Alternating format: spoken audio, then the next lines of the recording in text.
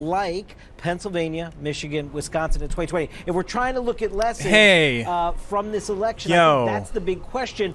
It's your boy. The full Trump embrace work in some of these less red areas?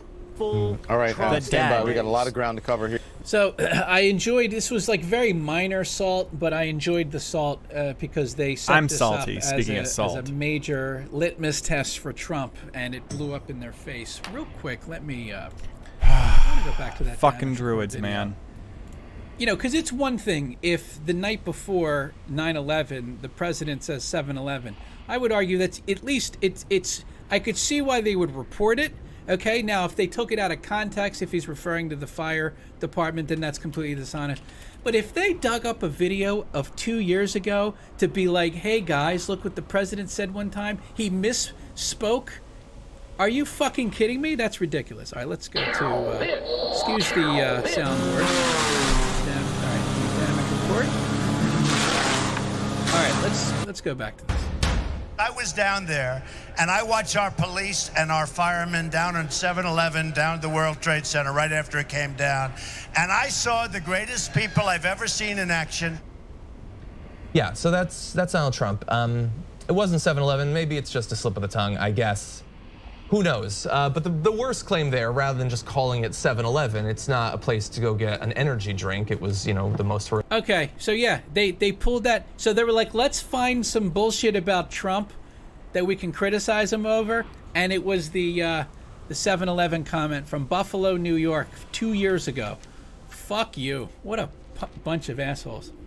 Yeah, I'm going over the. You know, Snopes has an article on the 7/11 thing, and they also have an article on the Trump being at Ground Zero. I'll do like a brief synopsis. It's just so fascinating how Snopes bullshits. It's really like Rachel Maddow level weaving of bullshit. So, especially with how they phrase it.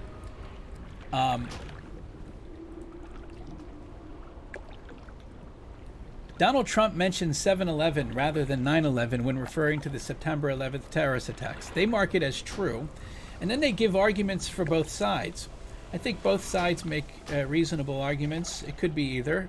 I can get into it in more detail, but of course, the other side is completely dismissed, just like in the article where they actually have links to the videos of Trump being down there at Ground Zero, and they label the. I'm watching the Hard Bastard right now. I don't know when his stream's going to be ending, but he's covering the fake news media. I enjoy listening to it. WoW is a grindy game, and sometimes I run out of shit to commentate on. It's like, oh look, I'm in fucking Stranglethorn Vale. Wow. Claim unproven, but they put the videos in the fucking article. How is it unproven? He was there. It's incredible. Anyway, all right, so here is the stop the hammering, and I think this was also, this was the immediate damage control of like, we lost, this didn't work, so let's pretend Trump's going to lose the election like we did last time. Texas polls. Texas. If Donald Trump loses Texas, then we're going to have to find a new way to describe the big blue wave. It's coming up.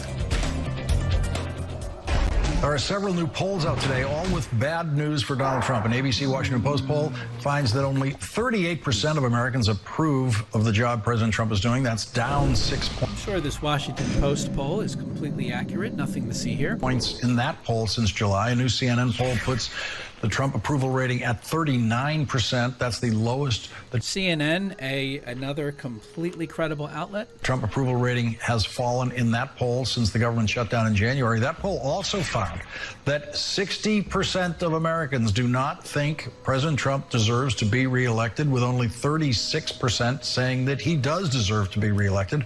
And a new Univision poll of Texas voters shows one-on-one matchups of Donald Trump and 6 of the top Democratic presidential candidates. The results showed Donald Trump losing or in a statistical tie with all 6 candidates in the state of Texas. That's Look, man, if you want to say one or two, you're going to get that greedy and you're going to say every one of the 6 presidential candidates would beat Trump. Oh, my God. Kamala Harris and Cory Booker would beat Trump. Give me a break with this shit. It's the Republican state of Texas. Jimmy Carter was the last Democrat who carried Texas in a presidential race. They're doing it again. Texas is turning blue. They're doing it again. Has won in a statewide election of any kind in Texas in 25 years. But the new Univision poll of Texas shows Bernie Sanders ahead of Donald Trump, 48-42. Joe Biden ahead of Donald Trump, 47-43. Julian Castro ahead of Trump, 44-41. Elizabeth Warren ahead of Trump, 44-42. Cory Booker ahead of Trump, 43-41. Kamala Harris ahead of Trump, 45-44. The poll did not include any other Democratic candidates in one-on-one matchups against Donald Trump in Texas. All right, I think we got this discussion now poll is Jason here. Johnson. He's a politics editor at theroot.com and a professor of politics and media at Morgan Yes, bring on the guy from the Black Daily Stormer. Totally reasonable and credible. State University. And Jennifer Rubin is with us. She's an opinion writer at the Washington Post. Both are MSNBC political analysts. And Jennifer, these are bad numbers for Donald Trump, and that's before John Bolton's memoirs are published. Yes, it is. Oh, yeah, John Bolton's memoirs. That's going to turn the election in your favor. 2 things jumped out at me. One is what he was surviving on was his handling of the economy. And in both those polls, he is down on that measure. The other thing that's interesting is I've been watching white women and white college-educated women. For the first time now, you see white people, college-educated women abandoning Trump in droves. So I think if you're a Republican looking at this mess, you're thinking, oh boy, are we in trouble? And if you're a Democratic primary voter, maybe you're thinking to yourself, you know, maybe electability is a broader concept than we thought. The only one who is unelectable at this point seems to be Donald Trump. Yeah, and Jason Johnson, these polls show, it seems to me, a very simple fact of the Trump presidency, and that is that he has never once tried to speak to voters who haven't already voted for him. He's never once tried to change the mind of a voter who did not. Why would he do what you need to do? I mean, I'm not saying that he shouldn't, but that's what you need to do. And instead, what you've done is alienated people. Vote for him. Right. And here's the thing, Lawrence. There's nobody in America who doesn't know how they feel about Donald Trump. There's no undecideds. Right. I don't want to hear anyone say I'm an undecided voter next fall because I know you're lying. Everybody knows you're lying. So what's really key about these polls is it's not just that Democrats are leading, but they're leading in the high 40s, which means that the undecided numbers are very, very low, and it means that a lot of the top 3 Democrats could actually beat him. But the other question, and this is always what really, really concerns me, there's a big difference between Donald Trump losing in a head-to-head against Bernie Sanders, or losing in a head-to-head with Warren, or losing in a head-to-head with Biden, and these sort of generic numbers that show him losing or people not wanting him to have the job. This will inevitably get closer as the attacks start going and once there's actually a Democratic nominee. So the Democrats need to make sure that they stay focused. This is not a slam dunk by any means. It's only September, and a lot of people didn't start paying attention until after Labor Day. And Jennifer, tonight we saw in North Carolina a congressional district that Donald Trump won by 12 points. The Republicans struggling to win it, and at this point winning it by about 2 points. Correct. There's some 32 districts, I think, that are less favorable to Republicans than that. So I think their chances of winning back the House are infinitesimal. And as a result, I think you're going to see a lot more Republican resignations. That, in turn, I think is going to open up all sorts of possibilities in Texas and other places. We've already seen a batch of Republicans from Texas decide to throw in the towel. So the House situation could actually get worse for Republicans in 2020. Jason, the Republicans do have a difficult map when they look at the House of Representatives. They have a difficult map when they look at the presidency. But the Senate is the place where the Republicans should believe that there's a way for them to hang on. It does look like there's a way for them to hang on. How much should the Democrats be concentrating in what they're trying to achieve next year in taking back that Senate and getting Mitch McConnell out of that majority leader job?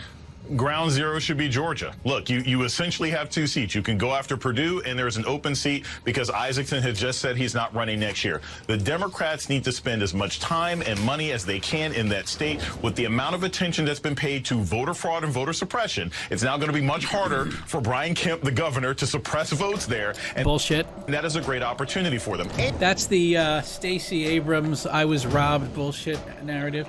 Absolute Unit says, "Is Lemon wearing blush today?" It looks like he was heavy on the makeup. I mean, you gotta make it look like you're not being ravaged by AIDS. So they really have to. Dude, that shadow is nuts. Cooper Sees the Truth says, she said if the complete opposite events had happened, they'd be having a different conversation. Holy shit, that's some remarkably astute analysis. Like, are they kidding? Yeah, it'd be an entirely different conversation if the Republican had lost. Amazing. Yeah, amazing. Black Hebrew Israelite says, these bitches sound worried. Haha, that's right. Yeah, especially the CNN panel. Their faces, they look like they saw a ghost. Nicholas Daly says, hell, maybe they could look up Fire Engine 7, Ladder Number 1, and Battalion Number 1. They're on Google reviews. Yeah, I just really thought it was from the previous night. I can't believe, I guess I can believe, but it's just crazy they would find a old speech one time that he mispronounced something, if that's even what happened. Wish just says, so much unearned smug. Yeah, they're doing it again. They're doing the Donald Trump can't win thing again. Beyond My Purview says, think people are trolling their polls? Yeah, remember I that think went last it could time. be a bunch of different things. First of all, a lot of the time they oversample Democrats. They do it in a way where they want the result to be what it is. Also, I think some people say that they would vote for a Democrat and then end up voting for Trump, because how do they know that the people calling them aren't going to fuck with them if they say that they're going to vote for Trump? I think people are still afraid to say that they're going to vote for Trump. Damian Harkett says MSNBC is using CNN for unbiased polling. Yeah, that's just Washington Post and CNN. Hilarious. Ron Hubbarding says, how did Trump never get a voter that didn't vote for him before when first running in 2016? That logic is not only reaching, it's short bus ride dumb. Yeah, well, the election hasn't happened yet, and how the fuck would he know? Like, how would he know? How would anyone know the answer to that? Obviously, we have more than a year. I'm sure Trump's going to get people who never voted for him before, and I'm sure he's also going to lose some people too. Like, what are they talking about? And I know that people don't want to hear this, they need to give up the fantasy of Beto O'Rourke running in Texas. He's not going to run. He would have to declare by sometime in January. He's made it very clear that he's going to stay in the presidential race. But Georgia, I would say, needs to be ground zero for Democrats. They'll probably pick up that seat in Colorado. We don't know what's going to happen in Maine, but that is a purple state where they can actually end up making a difference and possibly flipping Georgia to being a Democratic state this fall. So there's optimism to be had if Democrats want to spend the time, the money, and find good candidates. And Jennifer, one of the signs of lack of Republican Party confidence is canceling presidential primaries now that Donald Trump has 3 declared Republican opponents who... Yeah, that's it. There's who is it? Who are these fucking guys again? Bill Weir and some clown Walsh. Get out of here. No want to chance. run in primaries against him. You would think they would want to show off just how strong Donald Trump is in trying to secure his second Republican presidential nomination.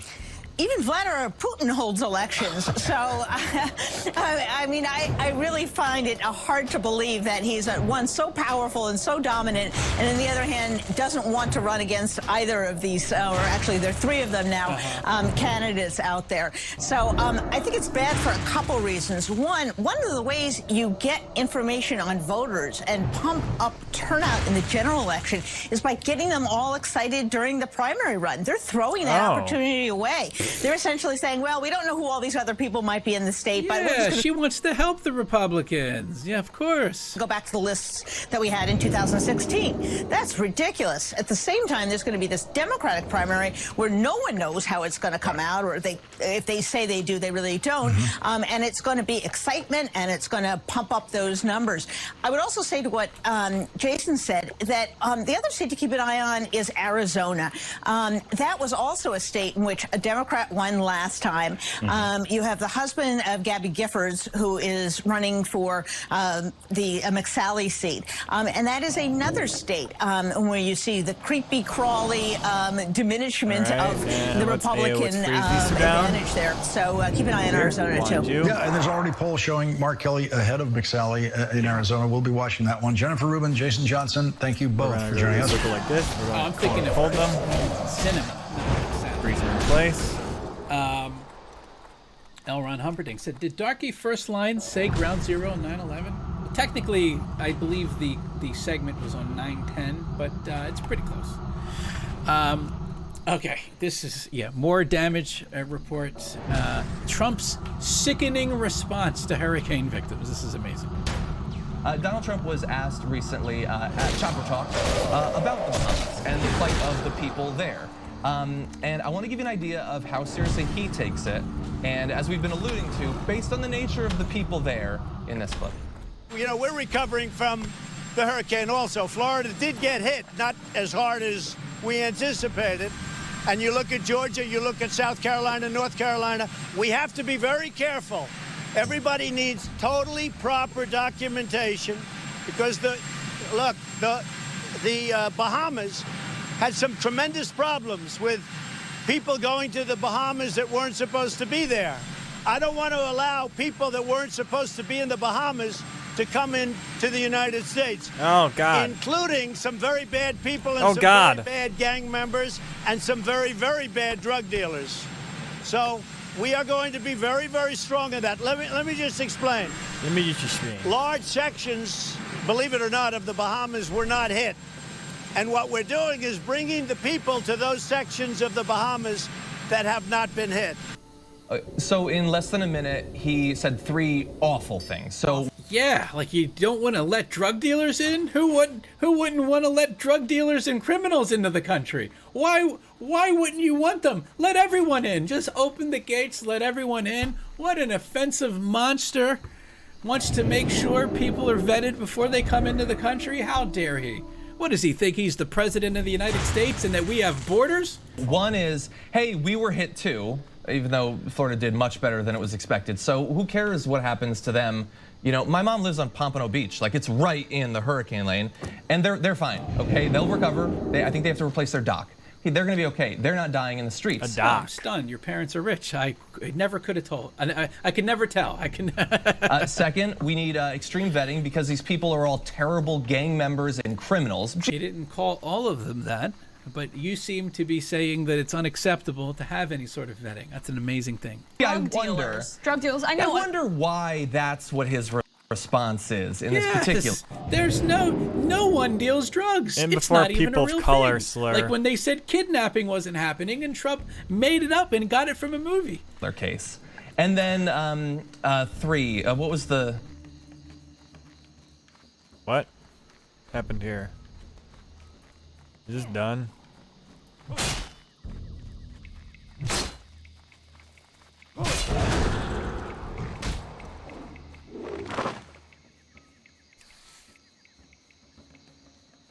The hell?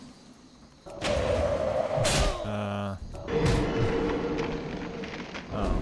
Stream ended. Shit. We'll have to get fucked over right here. You guys need to chill out. I'm gonna go hide behind these 2 wizards.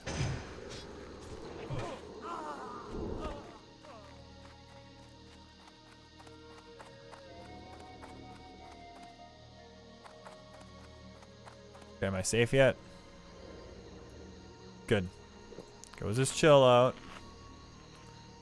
Get some content. 1 Spanish farmer versus 60 vegan activists. John Bolton fired over Libya policy or Taliban. British independence trends over Twitter. On Twitter. All right.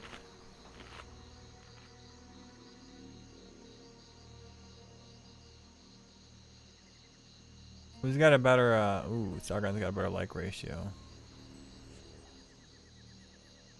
So British independence is trending on Twitter, and there's an absolute meltdown coming from the Remainer leftist types who are taking this to basically validate what Anne Widdecombe was saying, that the British people are being oppressed by the EU, and they're outraged by this. They're absolutely outraged. Adam Connor Lewis, Scottish author. Imagine having the gall to use a term like British independence when, one, the UK is already fucking independent, and two, half the world has spent the last 2 centuries genuinely fighting for independence from this country's colonial fuckery. Hashtag Brexit. If we are already independent, why are we still talking about Brexit? But the thing is, we're not, are we? We actually have a superior legislative body above our parliament. Decisions are made above our heads that affect our lives. I don't know why you have to say that we're already independent if we are actually a part of the European Union. How can you even say, like, there's nothing wrong with the term British independence to follow from British independence from the European Union. That's a shorthand version. There is no conflict of morals in that. That is a perfectly accurate way of describing what is happening with Brexit. That's what it is. We do not want to be part of a federal union. We are going to be independent of that. But why are you so pissed off, Adam? That's the question. Like, what you're saying is, it's not true, obviously, and it doesn't matter whether the rest of the world has been fighting for independence from us up until the 60s and 70s. We are not in the 60s and 70s, and what you're saying is there is such a thing as not being independent, and if we can categorize ourselves to not be independent, then we follow the rest of the world in their just cause for independence. We agree with them. There's a reason that we have good relations with our ex-colonies, which is quite marvellous, really. You wouldn't think so, but we do. Like, the British Empire just was not as oppressive as you're portraying it. It wasn't Soviet Russia or Nazi Germany, any other socialist place you can think of. We were remarkably inclined towards self-rule anyway. I mean, there is a reason that 64% or something of Jamaicans thought that Jamaica was run better under the British. There is a reason that people in Hong Kong are currently flying the Union Jack in the face of a state capitalist regime, should we call it. I think that really we should be a little more appreciative of our country's colonial history sometimes, because if you think about it, the alternatives are just generally worse. Like, a liberal state does have to do certain things to establish itself and keep itself maintained. I just want to pause it and say, if the Great Britain, the UK, wasn't colonizing all of the world in Africa and India, it could have been a different country. Maybe some middle European country, you know, one that might speak Deutsch. And then they might have colonized all that land.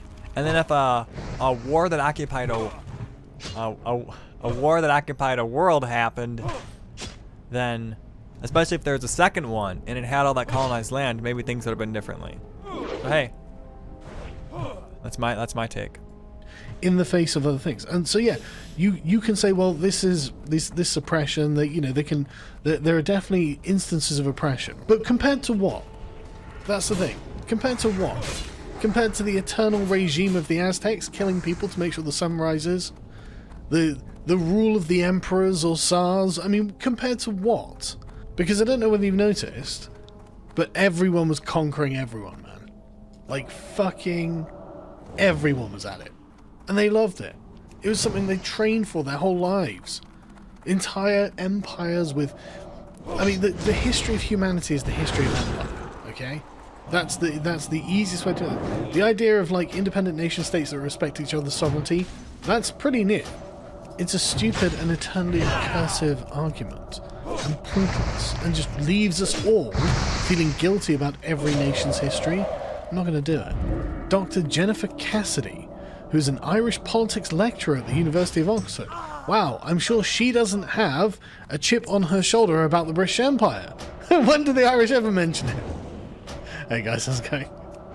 I opened Twitter and what's trending? I don't know, but it's definitely going to get you indignant. Hashtag British independence. My God. Those goddamn British people thinking that independence is a good thing. How terrible is that? Imagine the arrogance and ignorance of using this term. It sounds like they know what they're talking about, having oppressed like a quarter of the globe and then given up that empire. It sounds like they might actually know what they're talking about. In fact, I think we might actually be experts in the subject. Just saying. We've seen it so many times. Westminster colonized so much of the globe that the sun never set in its empire. Yeah, stop threatening us with a good time. So many nations are still today suffering from these actions. Have some respect. Okay? A lot of them are also suffering because of things they did come independence, though, aren't they? I mean, Africa is not our fault at this point. It's the fault of socialism. It's communist fucking regimes taking over countries and doing silly shit. Or compare it to someone like Botswana that becomes a capitalist country, ends up with a GDP of like 17 grand a year, average wage of 17 grand a year. Like, this is not just simply you can go, well, empire evil. It's way more complicated than that, and it's childish. Again, there are places around the world at the moment flying the British imperial flag in defiance of authoritarianism. For those using British independence hashtag in a serious manner, remember no colonial nation of Britain had an Article 50. That was terribly written, but yeah, no nation that Britain had colonised had an Article 50 get out clause. Yeah, we know. Yeah. We know that's the case. They were part of an empire, right? The EU is very close to being an empire, so we're looking for independence. And like, oh, you always had independence, always. No. If we are not actually independent to make our own laws, and we're not in the European Union, that being the point of the European Union, that they harmonise the rules and regulations and laws of Europe, obviously we're not independent. Obviously we have to take an action. Say a referendum. That would be useful, wouldn't it? And then just go through the Article 50 process, because we knew we'd want to get out eventually, right? Seriously, it's like, why are you so offended? I suspect Dominic Cummings is behind this pitiful attempt to rebrand the willfully idiotic carnage of hard Brexit with superficially fluffy sounding hashtag British independence. We were never independent. Oh. Well, okay, I guess Will Black, another writer / journalist, is going to tell us how we were never independent. I mean, it's just contradicting the entire narrative that your colleagues have been spinning. Why am I seeing hashtag British independence being a thing like they didn't colonise 25% of the world? Who cares? We recognise the virtues of independence. As in, you have it. We agree that's a good thing, so why can't we also ask for independence, since we have lost that? Why wouldn't you be supportive of that? Why would you sound jealous? Why would you sound like, oh god, they're taking some of my victimhood?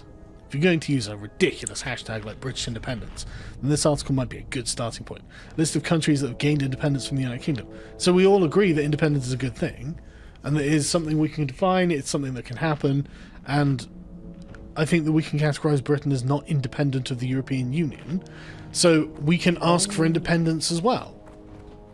What? Or are we not all equal? Are we not all a brotherhood of nations?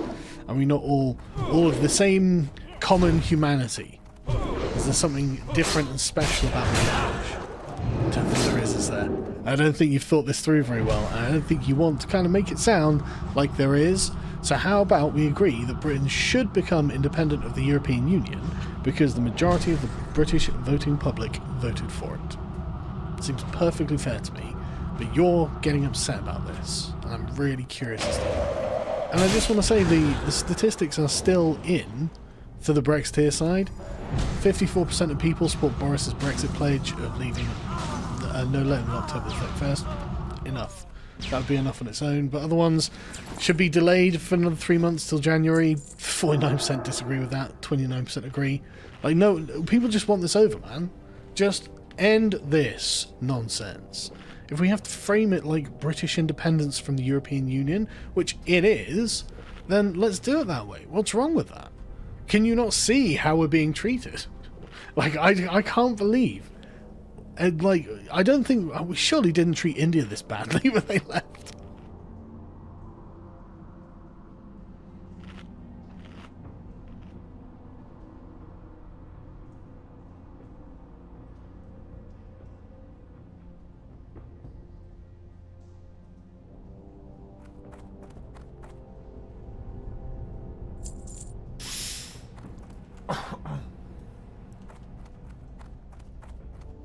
Oh, shit.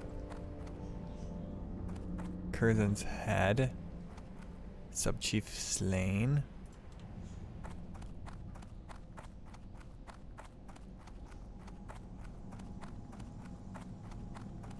Ah,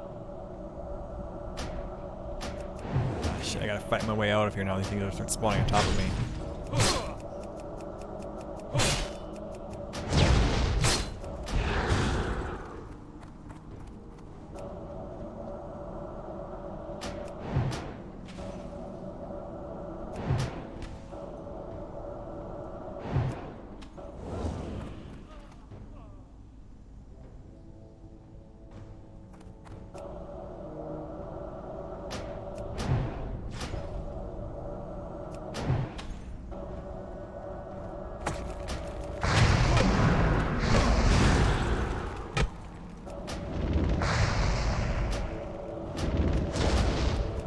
God, that totem sucks.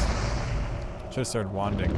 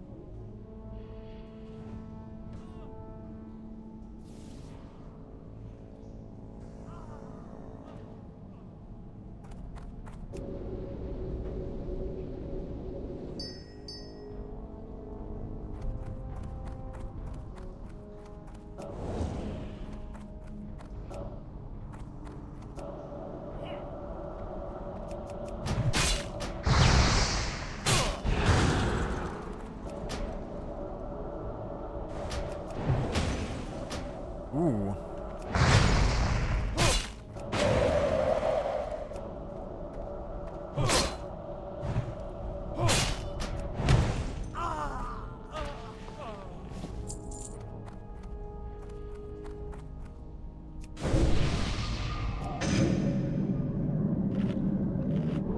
How many bubbles I gotta go through here? 3 bubbles. Anyways, I gotta kill some mobs. Get the head. Sub-Chief head. I'm listening to yell looking for group. Anyone in this general area who hears it, they'll want a group too.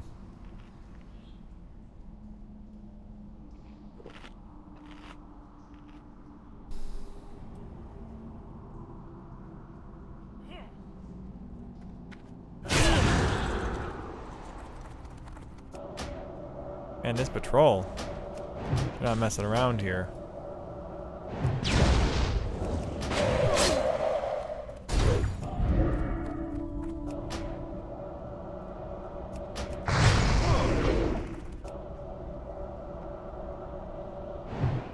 You don't get to run away. There's no running away.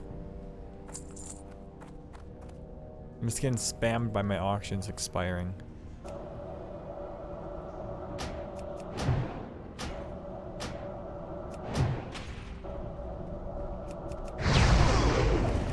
witch doctors.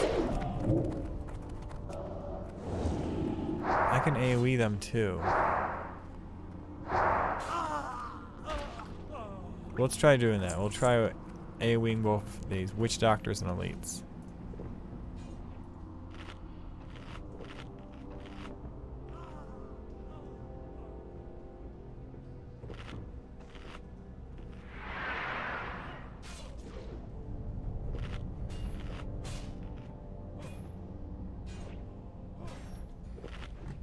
Bringing you the latest.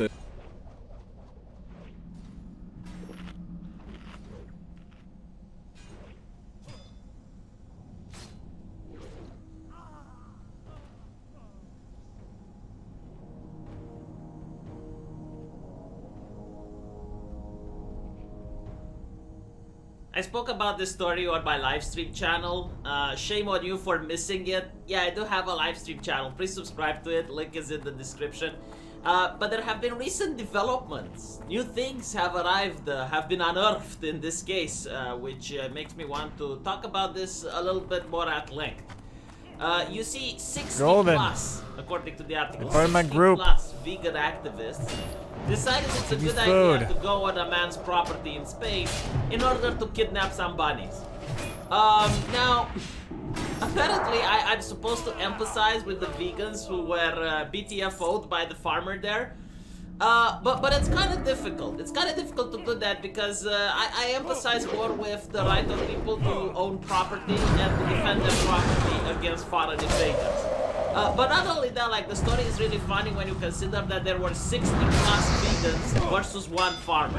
You know, it just shows that the farmer ate his proteins, you know, and the things with the vegans eating their spinach wasn't enough. Like, how on earth can one guy manage to drive 60 plus people into absolute terror? I mean, according to the reports, which I honestly think they're heavily exaggerated at this point, like that, you can't really get me to imagine one guy versus 60 plus others achieving the accomplishments that these vegans were saying that the farmer was doing, right? Apparently the farmer was extremely aggressive and attacked the vegans, strangling activists and smashing their heads with metal poles. Like, he was one guy, alright? Like, what was he? Uchiha Madara, like, going against the Shinobi Alliance? Maybe he was like B, you know, with the metal poles. How can one guy, like, take on 60 plus others and drive them away like that, you know? But not only that, right? Like, apparently the story is being more embellished. They had a high-speed chase on the highway at 200 kilometers per hour. Are you kidding me? Like, was this from the Terminator? What the fuck? Was this farmer one of the last Primarchs or something? Like, how on earth was it like magic? Can you imagine this? No, just close your eyes and try to imagine what these people are describing, okay? You got the highway, you get cars, you know, like a cordon of cars rushing out at 200 kilometers an hour, like, yeah. And after this comes the farmer, like, it's gonna get you. Like, how do these activists not, like, think how the story looks like before they put it forward? It's like that shit in the Bible where, I believe it was Samson or someone which managed to have like a jawbone of a goat and beat 300 people. You know, like there probably was a mountain of people, you know, they were climbing to get to him and he had the jawbone and like smack. You know, like this is some biblical warfare type of shit where the vegans are being driven away by a farmer. Now, I would have understand if it was America and, you know, he had some guns or something, but no, apparently he had his bare hands like choking, you know, maybe he had like 8 hands, you know, like the Collector from Mortal Kombat, or 6 hands, how many does he have, huh? And he was strangling 6 at a time while his legs was kicking metal poles into the other. How the fuck did this happen? Huh? How did it happen? I'll tell you what it happened actually, right? I think the farmers are fed up with these kids, these bourgeois white kids, coming onto their land in order to cause trouble and mischief. And when you live in the middle of goddamn nowhere, yeah, you don't really understand what 60 people want to do when they come on your property. Like, you don't think they have the best intentions at heart. Oh, they're just here to release some bunnies. Oh, they just want to... No, like, you don't know that. You see an army of invaders coming across your border, you know, into your house. Like, you don't know, maybe they want to just rob you or something, you know, like rob your homestead. Of course people are going to defend themselves. Like, I have no empathy for these activists. Absolutely none whatsoever. You know, the problem starts at the border. Keep the fuck away from other people's private property and you'll be fine. But what about the bunnies? Well, apparently, their activism, where they saved, I guess, like 16 bunnies or some shit, 100 other bunnies died, because guess what? The bunnies that they rescued were mothers, and apparently, like, the bunnies that were taken away had kids, and they couldn't feed them anymore, so they had to be put down. And aw, that's sad. I'm sad now.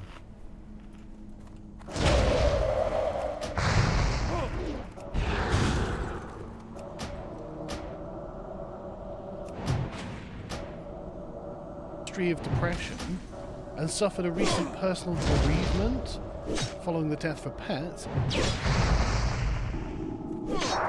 So British independence. Already covered that story. So British. The first file you start off with probably isn't going to be the file you finish the game with. Right. You'll learn and you'll explore and see what works best and what you like the most. I mean, I probably won't finish the game. But I'm having fun. Losa, go ahead and pass me the Fortify skill book, because I will use that later. But what if I want it? Oh, are you going to use it? I haven't the faintest fucking clue. Then go ahead and pass it my way. I already gave you 3 water books, you greedy little... Where? What are they? What did I pick? Oh, I do have them in inventory. Excellent. Rain, Restoration, Hail Strike, I believe. All right. I know Hail. I know Restoration. I could use Rain. Yes. You just made the only woman who invented something useful was the Asian one. That's not. No, I don't think that's entirely down to their race at all. I mean, she was like, I'm gonna discover something that'll find sinkholes before they happen. I'm like, wow, that's good. That's much better than finding lead and water, because we already know how to do that. Yeah, to be fair, that is pretty good. But we should probably find something to do before I start talking to someone and accidentally cause a fight. All right. Well, let's take a look at the list of stuff that we have to do. Let me look around the map. So there is a fight that we can do up here at the top left. How can I put it up here, basically? There's a fight that we can do there. However, Arch, what are you? Do you have arrow? What no, I it's Sargon who's doing arrow. Well, then I suggest the first thing we do is we do the quest for Gavin, because that we have to go kill the crocodiles. One of the crocodiles has. We did.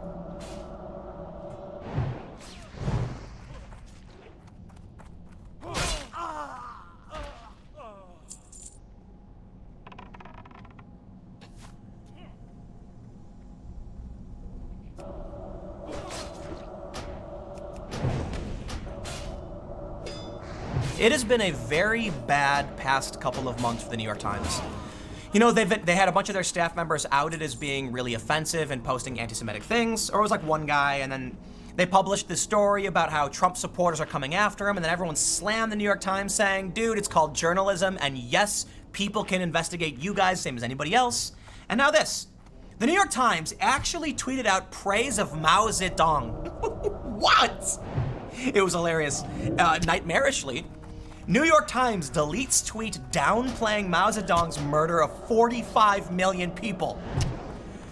Oh man, talk about crazy. New York Times, what are you doing? Well, I'll tell you what you're doing. They're also tweeting that airplanes took aim at the buildings on 9/11. Here's the tweet the New York Times deleted this morning. I almost had to take my glasses off when I saw this. 18 years have passed since airplanes took aim and brought down the World Trade Center. Today, families will once again gather and grieve at the site where more than 2,000 people died. Oh, they deleted that because it wasn't planes that took aim. It was people. It was extremists. It was dangerous ideology. And let's never forget that. Now, a lot of people want to point the finger at the entirety of a religion. No. We don't blame calm, peaceful individuals for the crazies. It doesn't matter what your race is, your religion is, crazies exist. And yes, we need to talk about it. And yes, some groups have more crazies than others. That's fine. We prevent the violent crime. Even if you actually are an extremist and you believe crazy things like you're an authoritarian communist, just as long as you play by the same rules of respectable civil liberties, and don't get violent, well, you're allowed to believe that stuff. Let's start with the first story about the New York Times and Mao. Wow. Before we get started, check out timcast.com/donate if you would like to support my work. There are multiple ways you can do it, or you can just share this video. That's the best way you can help. If you think what I do is good, sharing it on Facebook, YouTube, whatever, it helps me grow my channel and all that stuff, whatever. Let's read. The Daily Caller reports, the New York Times deleted a tweet that downplayed Chinese dictator Mao Zedong's mass murder of at least 45 million people on the anniversary of his death Monday. The New York Times archive Twitter account reposted the paper's 1976 obituary of Chairman Mao, which called him a, quote, great revolutionary, and referred to the policies that resulted in mass starvation as sometimes convulsive. The Times later deleted the tweet after widespread criticism, releasing a statement saying it lacked critical historical context. Here's what they tweeted. Mao Zedong died on this day in 1976. The Times said he began as an obscure peasant and died one of history's great revolutionary figures. Yes, the context in question was the mass death of 45 million people. It's the same story we hear all the time. Basically, some dictator thinks landlords shouldn't be allowed to own land, so they take all the land from the farmers and give it to peasants who don't know how to farm, who then can't farm, or they tell everybody to melt down their tools because they need the metal, and then there's no food, or they tell everybody to go in their fields and start killing all of a certain animal. It's a complicated story. Let's read. So there are the tweets. Anders Hangstrom, Mao kills 45 million people, New York Times. His rule was sometimes convulsive. Mao Zedong, who began as an obscure peasant, died one of history's great revolutionary figures. After establishing the Chinese People's Republic, Mao launched a series of sweeping, sometimes convulsive campaigns to transform a semi-feudal, largely illiterate, and predominantly agricultural country, encompassing almost 4 million square miles, into a modern industrialized socialist state. The obituary goes on to praise Mao for leading his country to develop its own nuclear bombs and guided missiles, as well as becoming an oil producer. The deaths caused by Chairman Mao's Great Leap Forward from 1958 to 1962 are difficult to quantify, but Frank Decoder, author of Mao's Great Famine, estimates that at least 45 million innocents perished, blowing earlier estimates out of the water. Quote, it is not merely the extent of the catastrophe that dwarfs earlier estimates, but also the manner in which many people died. Between 2 and 3 million victims were tortured to death or summarily killed, often for the slightest infraction. When a boy stole a handful of grain in a Hunan village, local boss Zhang Dechang forced his father to bury him alive. Dakota wrote in History Today, the father died of grief a few days later.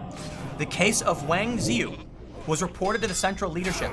One of his ears was chopped off, his legs were tied with iron wire, a 10 kilogram stone was dropped on his back, and then he was branded with a sizzling tool punishment for digging up a potato. Yes, great revolutionary figure. Not someone we should ever want to praise. And we need to make sure we highlight all of these things. We can talk about all the great evils, okay? But when you forget, that's when we're doomed. Those who forget the past are doomed to repeat it. Well, here's the New York Times, again, on 9/11. Listen, today's the anniversary of 9/11. I remember waking up on the futon in my living room and seeing the news, and it was terrifying and it was horrifying. And it's something we all experienced, and I can only imagine what it must have been like to actually be in New York. I was on a couch, far away, safe, and I watched it happen. And to the best of my recollection, I believe it's been a long time. I remember sitting on my couch when the second plane hit live on television.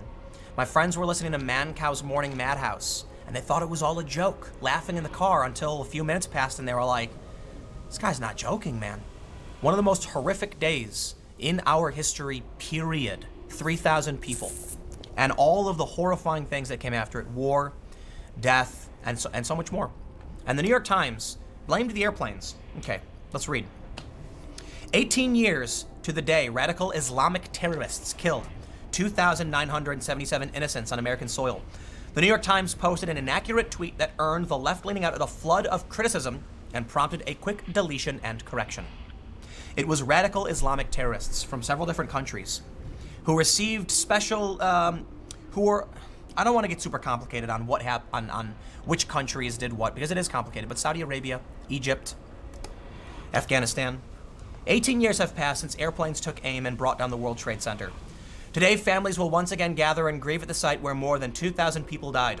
The Times posted in what was supposed to be a memorial post for 9/11, and they deleted it.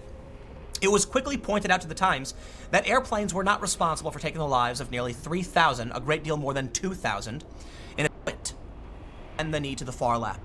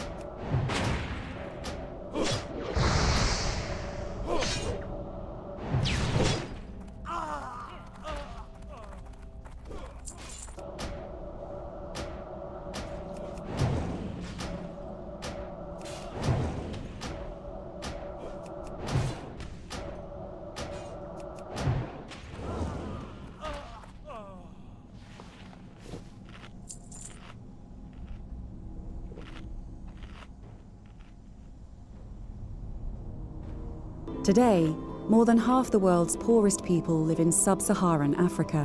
Why? Why is it that most of Africa stays poor while other parts of the world prosper? People have lots of theories. Clean water is simply hard to find. The present-day problems of the African continent are tied to its colonial history. But I say Magat Wade's explanation makes the most sense. African governments simply have too many rules. Once you hire someone, good luck getting rid of them, for any reason. Then there's taxes. The tax code is so complicated, some people say it's worth at least 2 or 3 truckloads of paper. Wade started this lip balm company in Senegal. Some ingredients she needs are not made there, so she imports them. But the government makes that expensive. Some of them have a 70% import tariff on them. So it almost doubles the price of things. Exactly. Many people escape the tax by paying bribes. We hear about African corruption. People complain about corruption as if corruption is a root problem. I say no, corruption is also a natural consequence of stupid, senseless, idiot laws. There'd be just as much corruption in America if we had these rules? Absolutely. The only way to fix corruption is to simplify. Wade's business survived because she was fortunate to find a helpful bureaucrat. I went to see the head of customs, and we started looking together. He didn't demand a bribe. We found a clause in one of the binders saying, actually, if you're exporting at least 80% of your products, and if you've been in business for 2 years, then you can ask for an exemption. You survive through a loophole, but that takes connections and time. Exactly. Done. I imagine the leaders of these countries mostly mean well. They see how damaging this is. Why do they impose all these rules? I am not so sure that all of them get it. Look at the UN, the Sustainable Development Goals. The UN's development goals include things like inclusive and equitable education, climate change, and gender equality. There's no mention of rules that kill business. We have chains around our necks. No one is seeing it. And then they want to come talk to me about inequality. We need greater economic freedom. Simple rules that everyone can understand. Yes. That diagnosis is known by almost no one. It should be known. If you just look at the rest of the world, you can see what's worked and what hasn't. Wade just made this movie about that. Why is it that a couple decades ago, China was at the same level as most African countries? Countries like Singapore made it. Countries like Hong Kong made it. Even a place like Dubai, bare land of sand, desert sand, and all of a sudden, within 12, 15 years, Dubai, one of the financial centers of the world, and you're like, what? What happened here? They understood if we do not work hard to make it easy for businesses to set up and be ran, no businesses is going to come. But international aid organizations have a different solution. They say the nations of the world need to send more help. Governments already send $50 billion a year to Africa. And companies promote themselves by donating. What if I started a shoe company, and every time I sold a pair of shoes, I gave a pair away? These kids will have shoes for the rest of their life. Tom's Shoes has donated 93 million pairs of shoes. Do you know that we have 232 shoe-making small businesses? Each one of them hiring directly at least 15 people. In this little village? Yes. So when you buy your shoes in the US and pairs of shoes are being put in a container to be shipped over to my village, shoemaker has now to close the doors because who can compete against free? This man's still in business, but it's a struggle. am na ay dàll yu fa une certaine entreprise Tom buy defar ay dàll di ko ñëw di ko distribuer. I know it came from a good place. I get it. But can you just think further down the road? Unless you think that we really sincerely have nothing, including even shoemakers. And I think that's terrible. To give in such a way that has no end. Yet Tom's Shoes 2-for-1 deal is popular. One company started it, did so well with it, with a buy one, we're gonna give one for free to poor people, but now you're seeing it with tampons, you're seeing it with soap, you're seeing it with everything. It would be better, says Wade, if Westerners encouraged African governments to stop strangling their own entrepreneurs. If I have a job, then guess what? My malnutrition problem goes poof. My even access to clean water goes poof. You know, it just poof, poof, poof, poof, poof. But without jobs, millions risk their lives trying to get to richer countries. Some of my most entrepreneurial people who are right now serving as fish food at the bottom of the ocean. Because there is not enough jobs. And why there is not enough jobs? Because the business climate sucks so much that people like me can't do their work of creating companies and jobs. Many of those deaths would be prevented if Africa just didn't have so many dumb rules. And that's the one inequality we should talk about. No one talks about it. An equal playing field of rules. Yes. Yes. Let's create greater economic freedom in all countries so that all people okay, hold on. You're getting a little globalistic, okay? Let's calm down there.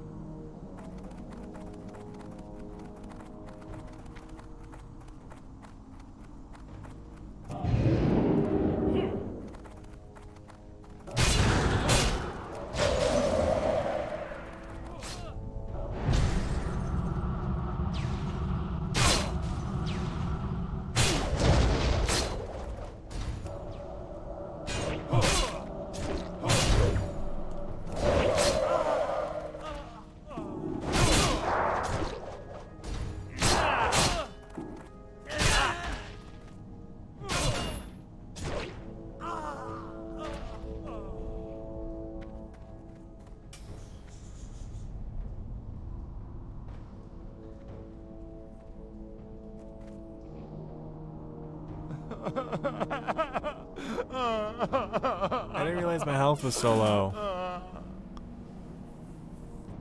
Is this guy even here? Can he res me?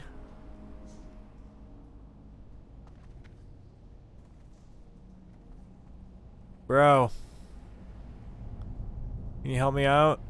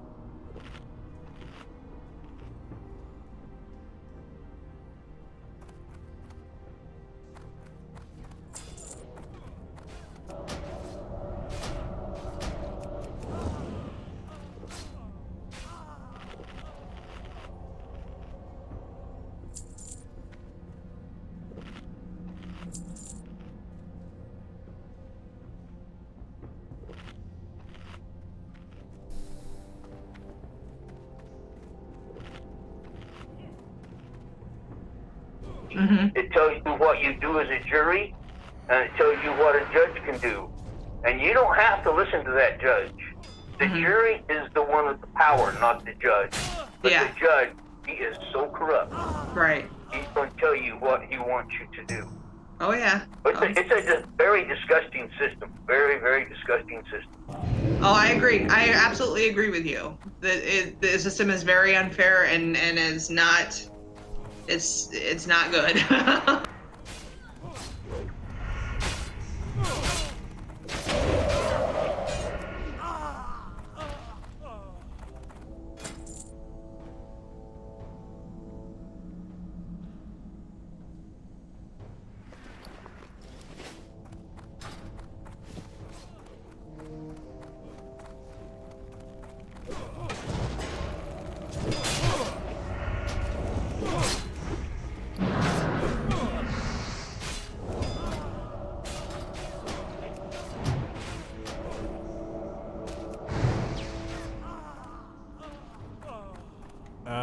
Where is this priest?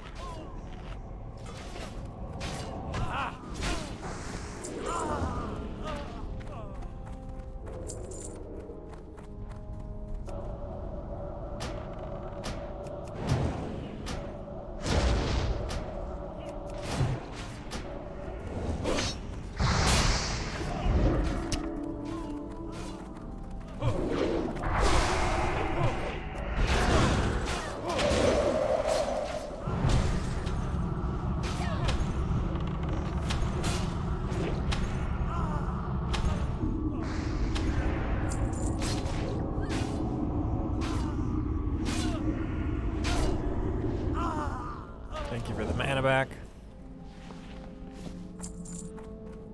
Around 10 o'clock, I'll leave and put the birds to bed.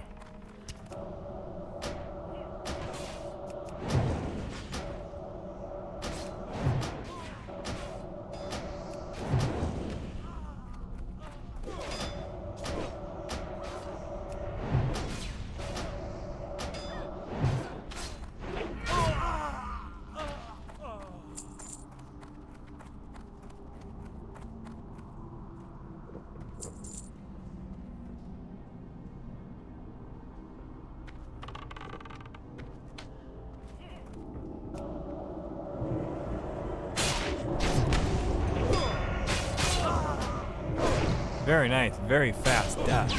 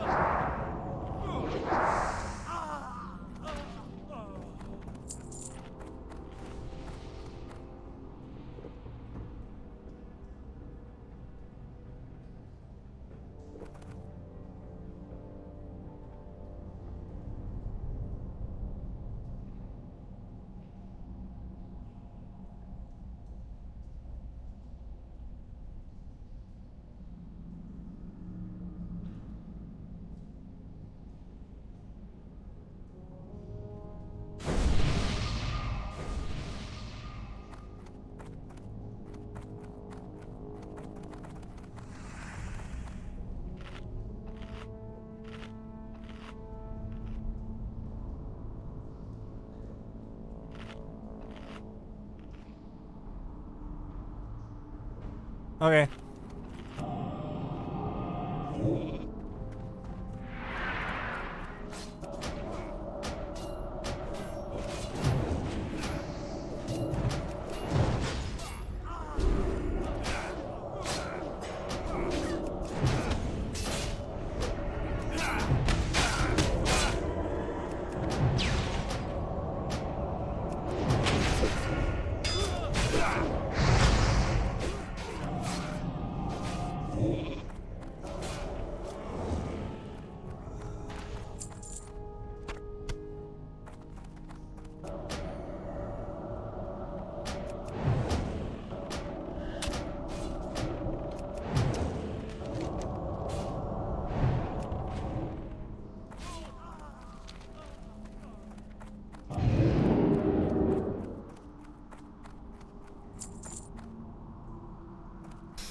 Nice. We got this.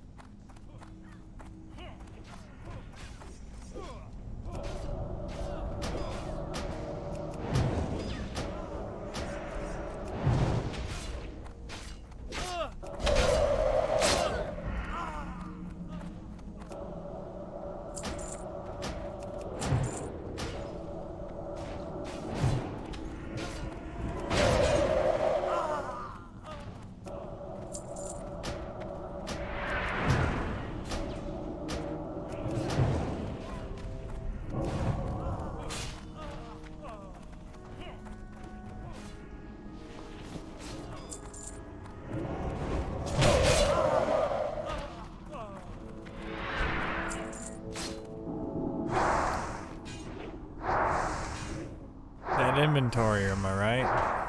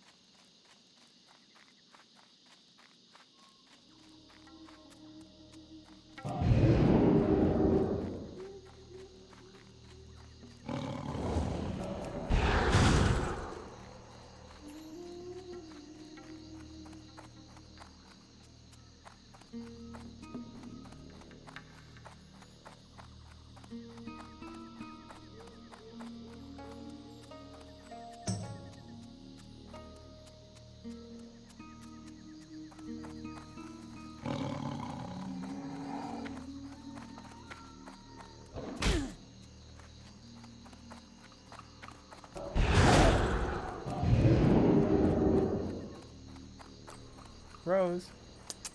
Come here. Rose. Come here.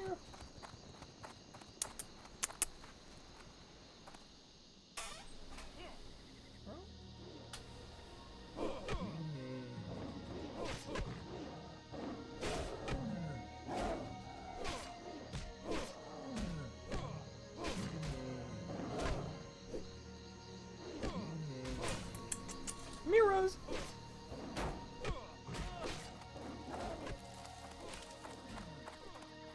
Light be with you.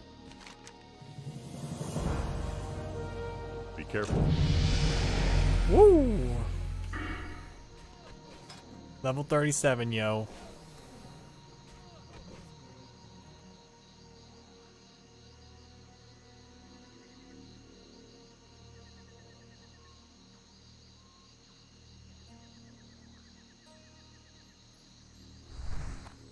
Well met. Not a lot of trash. Can't repair here. King's honor, friend. Hey there. Could have swore there was a repair vendor Safe over travels. here.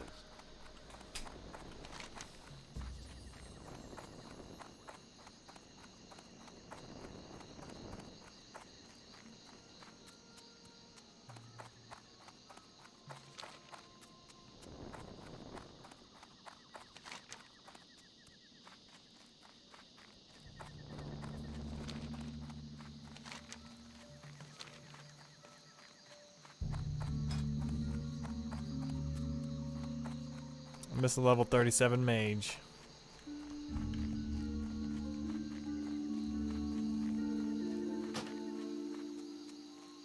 Who needs to repair badly?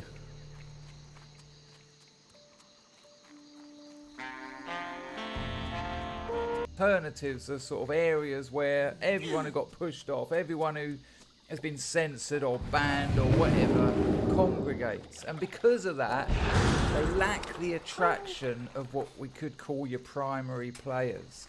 You know, one of the things that is absolutely essential to me and exciting to me about YouTube is the idea of attracting normies. You know, we've seen these videos, I was radicalized on YouTube and I was this. Good, good, good. Because that's what it's about. I want to change minds. I want to change people's minds. I want to change the minds of people who worship at the Church of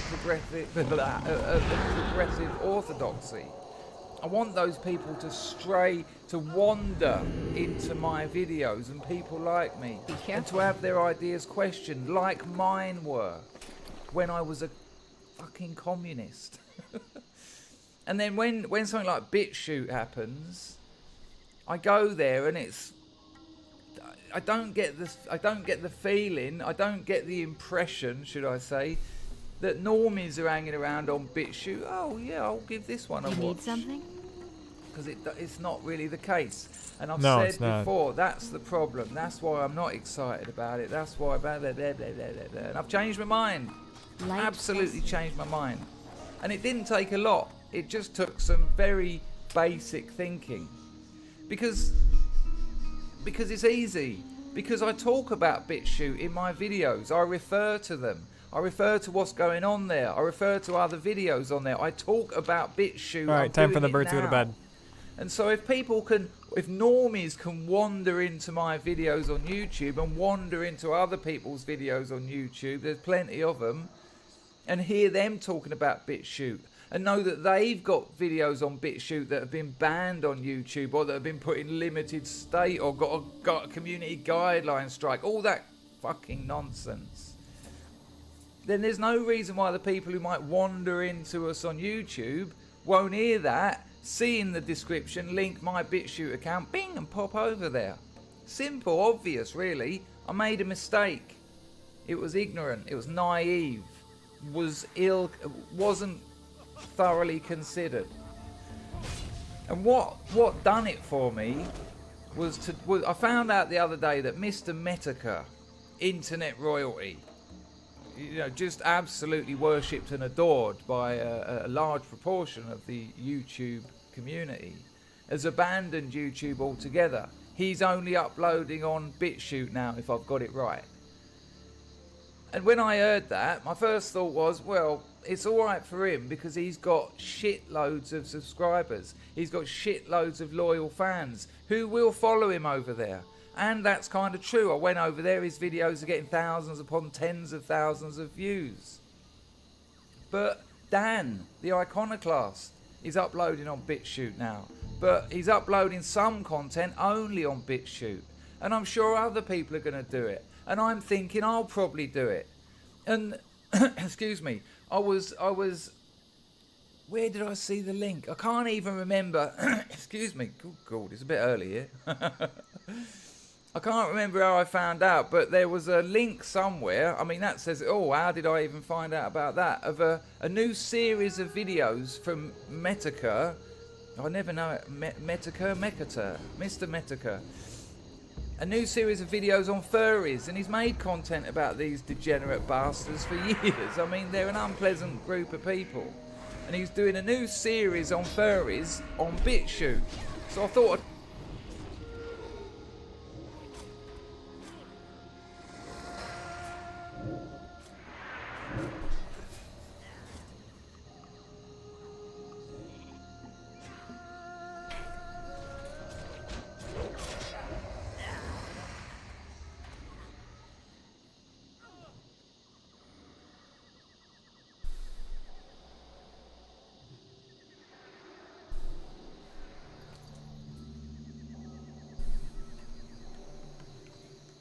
Can I help you, car cat?